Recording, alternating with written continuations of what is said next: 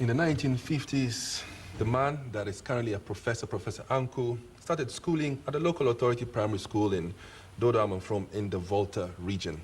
Well, since then, he's taught mathematics for well over 30 years in secondary schools, teacher training colleges, universities in many countries that include Ghana, Nigeria, Canada, and Singapore, Asia. That's, yes, one of the Asian tigers. He supervised student teachers in several institutions in many countries.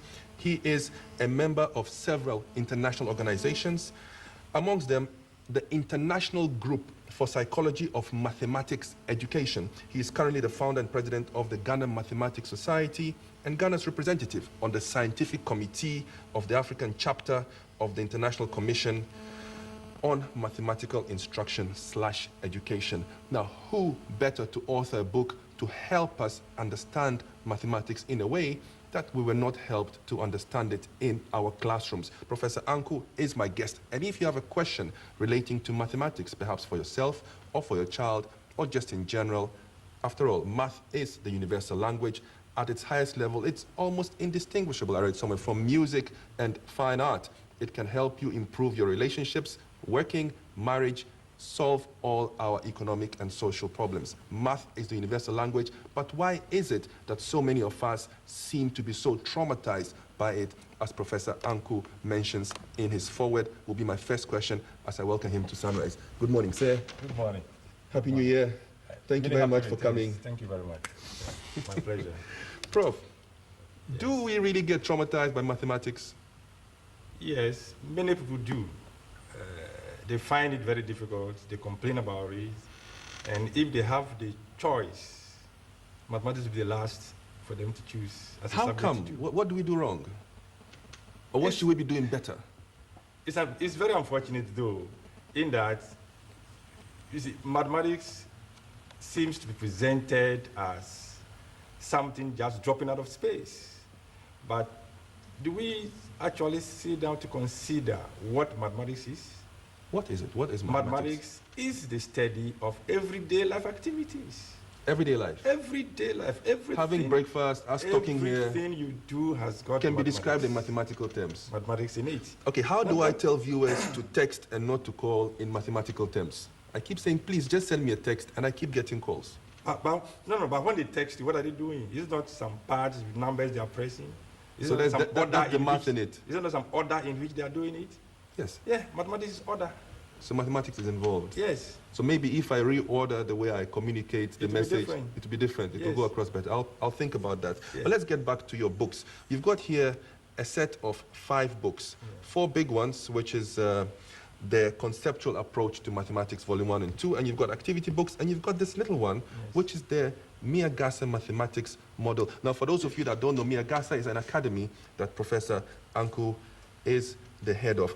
And when you say that this little book holds all the rest together, how do you explain that? This is a tiny little one, and you've got these very impressive looking ones. What is the mathematics model? Simply put, the mathematics model, emphasizes the very basic things that we need to understand when we study mathematics in particular, and for that matter, any other subject. You always deal with ideas, and whatever ideas you are using, you need to have a shared meaning of those ideas. Because when I communicate with you, I use ideas. And if you don't have a common understanding of those ideas, there will be miscommunication. So as a student of mathematics, if you don't understand what it means by a fraction, what it means by a logarithm, what we mean by power function, how can we communicate? So you need to have the shared meaning. And having that, you need to know how to symbolically represent these ideas.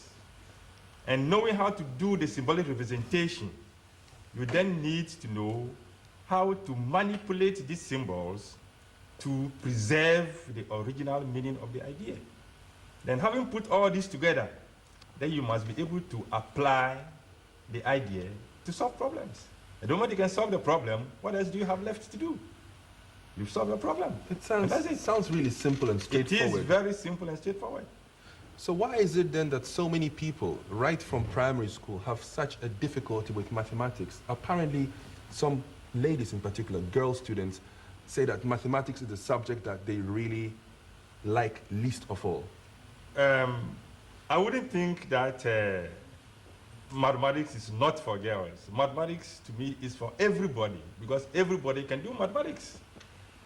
At the very beginning, when we were all created, God gave us the power to think, and He gave it to everybody. So it is to what extent you make use and develop that power, you know. But like I said, if mathematics is the study of everyday things that we do, and girls do many things on their own, so there's mathematics involved. But you see, the unfortunate thing is that we don't seem to relate the mathematical concepts we learn in the classroom to the everyday things we do. Let me just give you a few examples.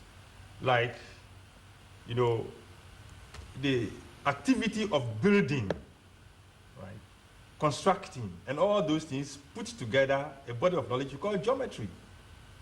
Yes, we love talking about infrastructure. Yeah. Roads, clinics, Yeah. schools, housing. Yes. What has mathematics got to do with that? Yeah, but when you build, you know, what do? We learn simple things like ratio in mathematics, okay? But how do you apply that to our building, our constructing? Now, look at the case of recently, the tallest building was outdoors in the world, you know, in Dubai, 166 stories. It's standing. But what is the situation in Ghana? Most often, you start building the third story, then the building starts falling down onto people. Why is it so? Do we realize even the simple concept of ratio, what role it plays in that building? Because normally we talk of ratio of cement to sand to water. A particular ratio will give you a particular strength. But what is the normal thing we experience? You see that if you are not there, they take off part of the cement and give you more sand, and then less cement, more water. So the strength of the blocks or whatever you're going to get is not going to be the right strength. So you cannot carry more than 3 stories, 4 stories, 5 stories. So what's going to happen? It's going to collapse. But the simple concept of ratio, do we apply it? Do our constructor, you know, the engineers, or do they actually apply them? Go to most buildings, most bathrooms. You find that most hotels in Accra, you find it that when you go to the bathroom after taking your bath, and in many homes, the water remains stagnant. Why is it so? But you have studied a lot of times gradient, slope, all the differentiations and all those big deals. But when it comes to the simple application of slope, where you must give slope to the bathroom so that the water will flow away, we don't do it. We give it, you know, it's level. But talk of zero slope, what is it? Talk of dydx, the big deal, but its application is not being done. And you're saying that it's all in the fundamentals, because I'm leafing through volume 1 of the conceptual approach, and I can see that algebra is at the very end, and it's basic algebra. I mean, there's money here, and before that are ratios and proportions, and then fractions, a lot of sets and numbers, a lot of multiples and factors, really what we'd call elementary stuff. Are you saying that numbers and basic operations, we're not taught to understand these, we just memorize them, and so we need to revisit the fundamentals? A lot of times there's memorization. Let me make a profound statement here that all of mathematics, up to PhD level, can be reduced to addition, subtraction, division, and multiplication. All of mathematics can be done that way. So when you understand the simple fundamentals of mathematics, then you can cruise through to the higher levels and know how we apply them. Go to finance, we talk of, go to our economy, go to talk about the CD rates, we talk of base rates, the budget is always read in percentages. Do we understand the relativity of percentage, right? Do we understand those things? So this book, you know, emphasizes the fundamental concepts that you need to, rise up to any higher level to understand the complexity of mathematics. And in fact, when you understand it from this angle, the so-called complex mathematics becomes very, very simple. Very simple. Is it possible for someone to purchase these books for themselves or for a child, a student, and work through them without the benefit of your tutorship and get good results? That is the very, idea behind writing of these books. You can just take it, relax, and read it as a storybook. And whilst you are reading, the ideas start emerging. Before you realize you are deep into mathematics. Now you've got the concept in 2 volumes and you've got the activity or the workbooks in 2 volumes. And it says here that this goes from fundamentals all the way to NVTI and TVT. That's a very broad curriculum. How are you able to condense it into just 4 relatively again, compact books? You see, there are so many connections within mathematics that we don't realize. And if you take most syllabi, you see that we teach ratio differently, fraction differently, proportions differently, decimal differently, percentage differently. But all of the things I've mentioned, even rate, they're all the same concepts, only different representations. So there's a common thread that weaves, and once you get a good solid understanding of what that is, basic, finish. Everything else becomes just it a matter flows, of... You just cruise. You just cruise drink along. your tea. You just do your mathematics.